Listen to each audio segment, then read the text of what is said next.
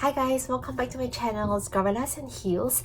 Today I want to talk about secondhand luxury shopping in Japan, specifically in Osaka. Now before I came to Japan, there are many articles saying that Japan is a great place to buy secondhand luxury, specifically Hermes, Chanel, Louis Vuitton. And today I wanted to make a video on how to get started if you are visiting Japan and are looking for some vintage finds. So I'll split my video into two parts. The first part, I'll talk about 8 different places you can go in Osaka and my personal thoughts on each of these shops. In the second part of the video, I'll provide you some tips that will be useful if you're looking to do some secondhand shopping in Japan. So let's get started. All the shops can be found in the Shinsaibashi area in Osaka. This is very near the Dontoburi area where there's lots of shopping, and this area is also easily accessible by the subway. First store is Gallery Rare. This store, there's very good selection of luxury goods, but I find that the prices here are a little bit higher.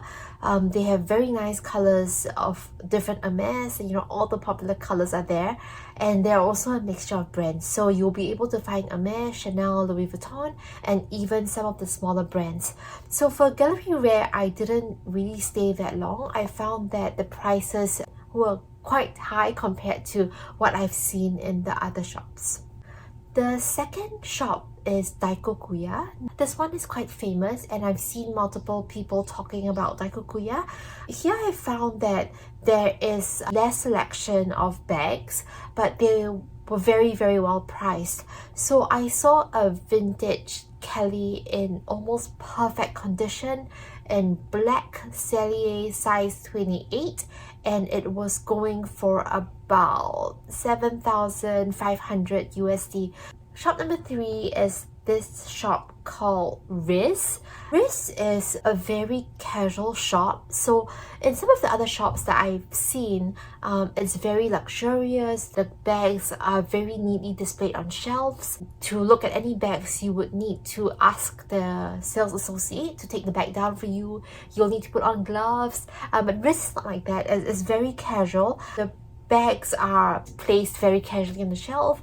You're free to touch them, and the prices here were also very reasonable.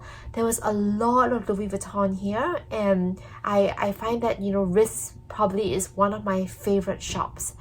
At Riz, I also saw Louis Vuitton PM size, so the smallest Louis Vuitton Neverfull, that was going for about $700 US, and it was in perfect vintage condition.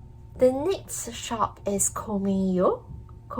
Yeah, I think I'm pronouncing it right. So this shop is 2 levels, quite a big shop, and besides selling handbags, there is also watches, jewelry, brands like Van Cleef, Cartier. I found that the prices were very high. So for a $120, you're looking at about 30 to 40,000 USD. So very expensive, but the staff were extremely professional.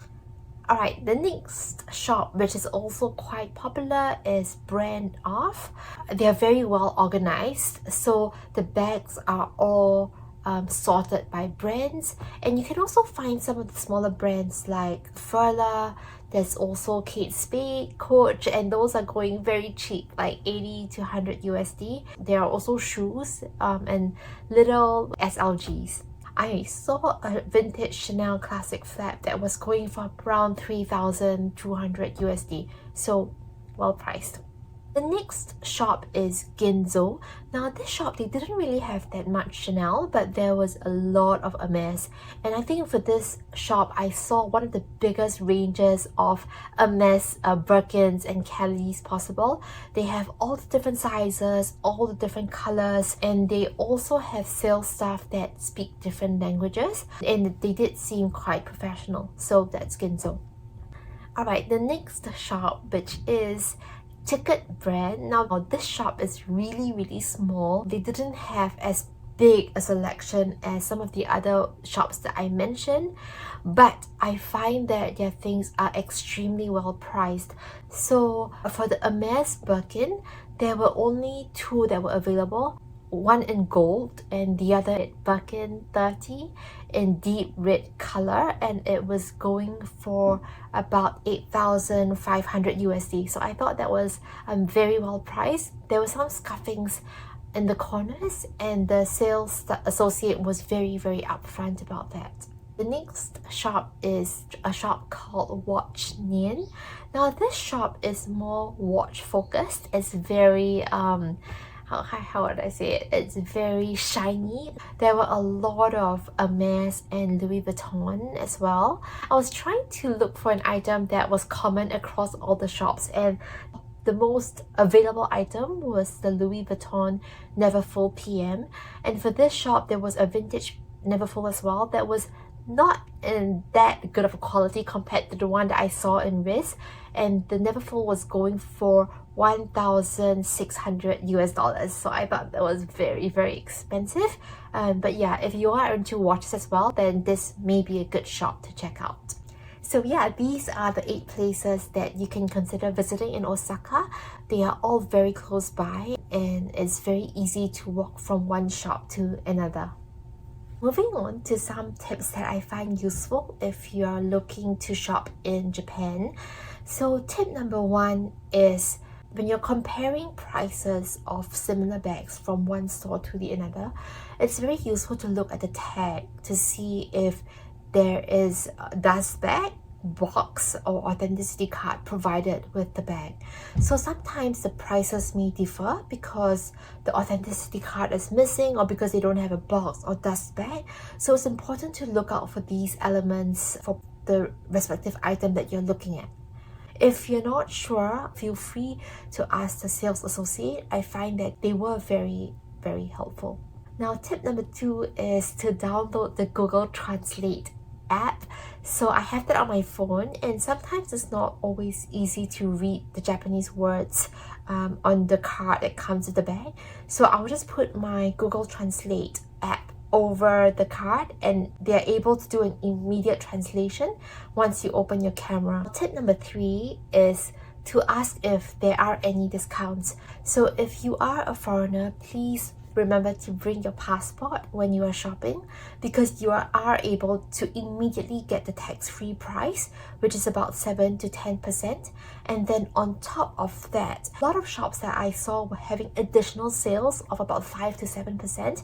So that's a huge discount. I think from the listed price, you are able to get 10 to 15% off. Tip number 4 is to inspect the item carefully. So in these Japanese stores, there's usually a rating on how good condition the bag is in. So if it's rated A, that means that the bag is in quite good condition. If it's rated B, it's quite used, C, so on and so forth.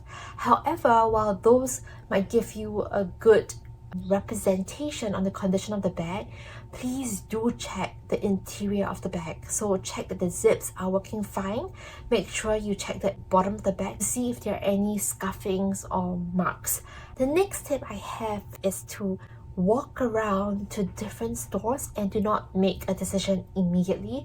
So the stores are very close by. You are definitely able to cover all the stores in a single day. You will see that you are really spoiled for choice. There are so many options available.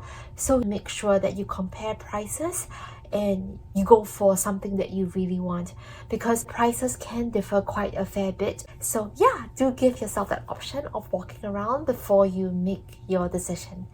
I hope that you found this video helpful. If you did, please subscribe to my channel, like this video, and feel free to share this with your family and friends. Thank you once again for watching. I'll see you all in my next one. Take care and goodbye.